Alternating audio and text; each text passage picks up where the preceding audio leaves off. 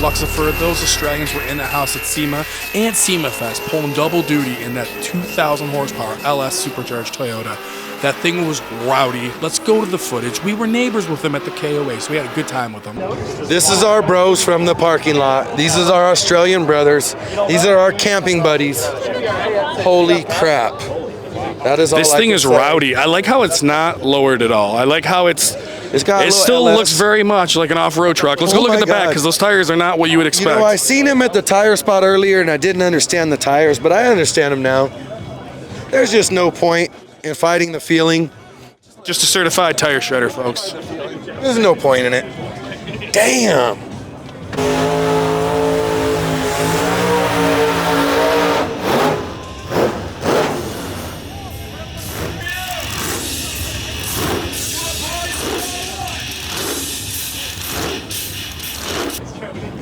Party on, y'all. Like I said, once again, guys, my S10 may be the most beat up car at SEMA this year, but that's okay because I'm gonna make it disappear, and then they won't be able to see how messed up it is. What do you think, Paul? This is what it's all about. And when I say accumulator, I'm pretty sure that's what that is right there. Kyle, is this a damn oil accumulator? Oil tank. So that's a dry sump.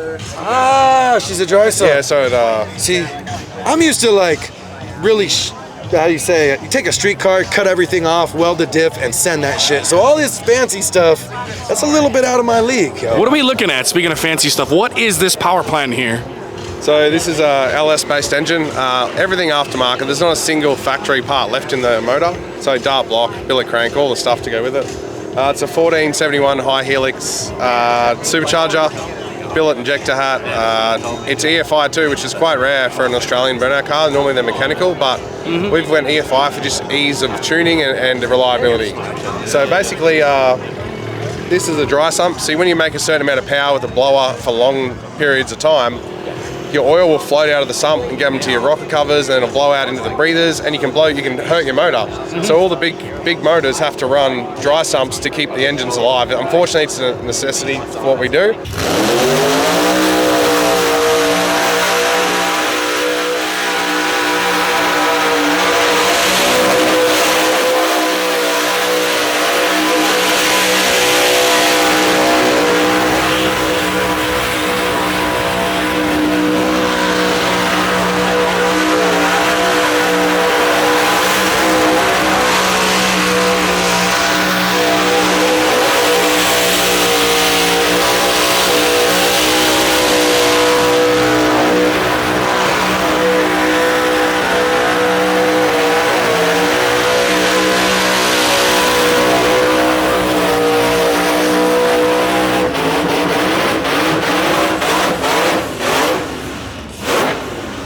But, you know, that way we know we're not going to run into any issues.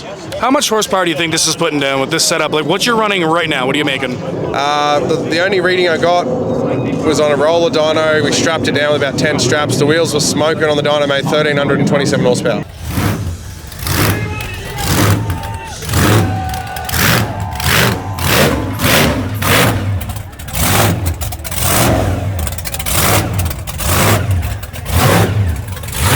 Oh my God, dude, this thing is gonna absolutely decimate all. Is it going in the pit right now? We're closing the show, yep. Dude, awesome, what a closer for this place. I can't wait to see this thing run, guys. Now a real Australian burnout. Look at that, right-hand drive. With real Australian brothers that came to burn out in it. That's what it's really all about, yo. Bro, I think we'll be partying later tonight, and I'll see you then, bro. Yeah, I've done a fair bit of partying, so, you know, what's another couple of days, right? You know, partying to us could be many things. It might just mean we'll be out on the streets causing havoc. Yeah. You never know.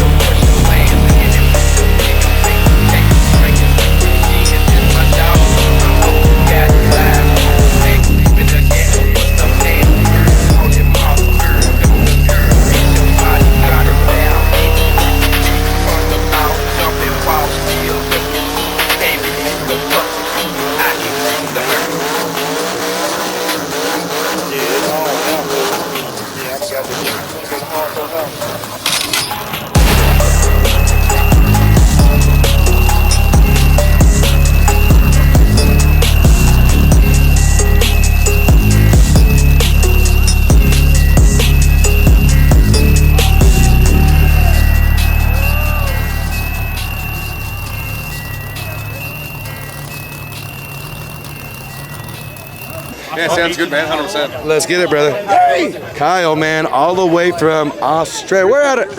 Brisbane? Brisbane, Australia. Brisbane, Australia.